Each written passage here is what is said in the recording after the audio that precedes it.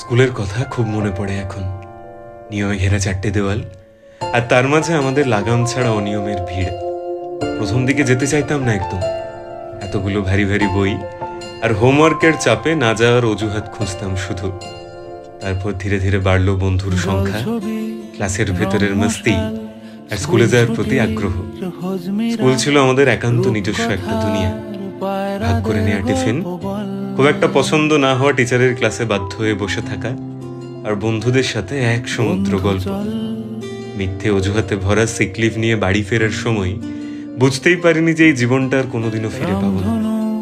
জীবন হঠাৎ হঠাৎ খুব কঠিন পরীক্ষা নেবে ফিজিক্সের কোয়েশ্চেন দিয়ে বুঝিয়েছিল স্কুল। আমরা ভেবেছিলাম স্যার খুব বাজে, তবে একদম বুঝতে পারিনি যে স্কুল শেষ হতে হতে কিছু বন্ধু একেবারে শেষ হয়ে যাবে। একসাথে বসা, ঘোরা কিংবা কান ধরে দাঁড়ানো, যে বন্ধুগুলোকে ছাড়া কিছু ভাবতেই পারতাম না, তাদের সাথে দেখা হয়নি কয়েক বছর। তাই দুটো লাইন সেই সব বন্ধু আর বন্ধু ঘেরা স্কুলের জন্য। তাই কথা হোক কিংবা না হোক, তুমি সেই বন্ধুগুলোকে অবশ্যই ট্যাগ করো। যে ফিরতে আমার ইচ্ছে করে, খুব ইচ্ছে করে আবার স্কুলে যেতে। পুরনো যত বন্ধু ছিল তখন, সবগুলোকে আবার ফিরে পেতে। কারণ স্কুলের কথা এখন খুব মনে পড়ে।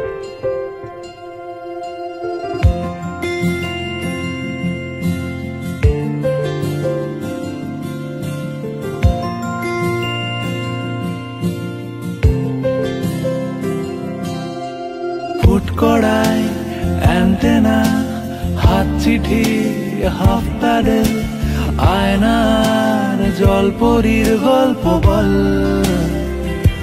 বন্ধু চল, সাপ লুডো, চিত্রহার, লোডশেডিং, শুকতারা, পাঁচ শিখের দুঃখদের গল্প বল। বন্ধু চল, বন্ধু চল, বলটা দে, রাখবো হাত তোর কাঁধে। গল্পেরা ওই ঘাসে, তোর টিমে, তোর পাশে।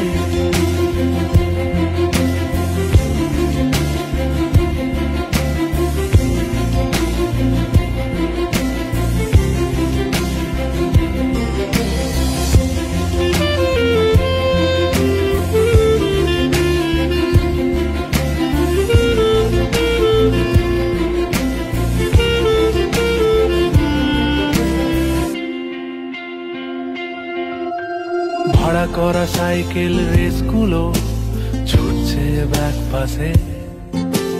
ধোঁয়া ধোঁয়া নৌকার ছাইগুলো উড়ছে এক পাশে।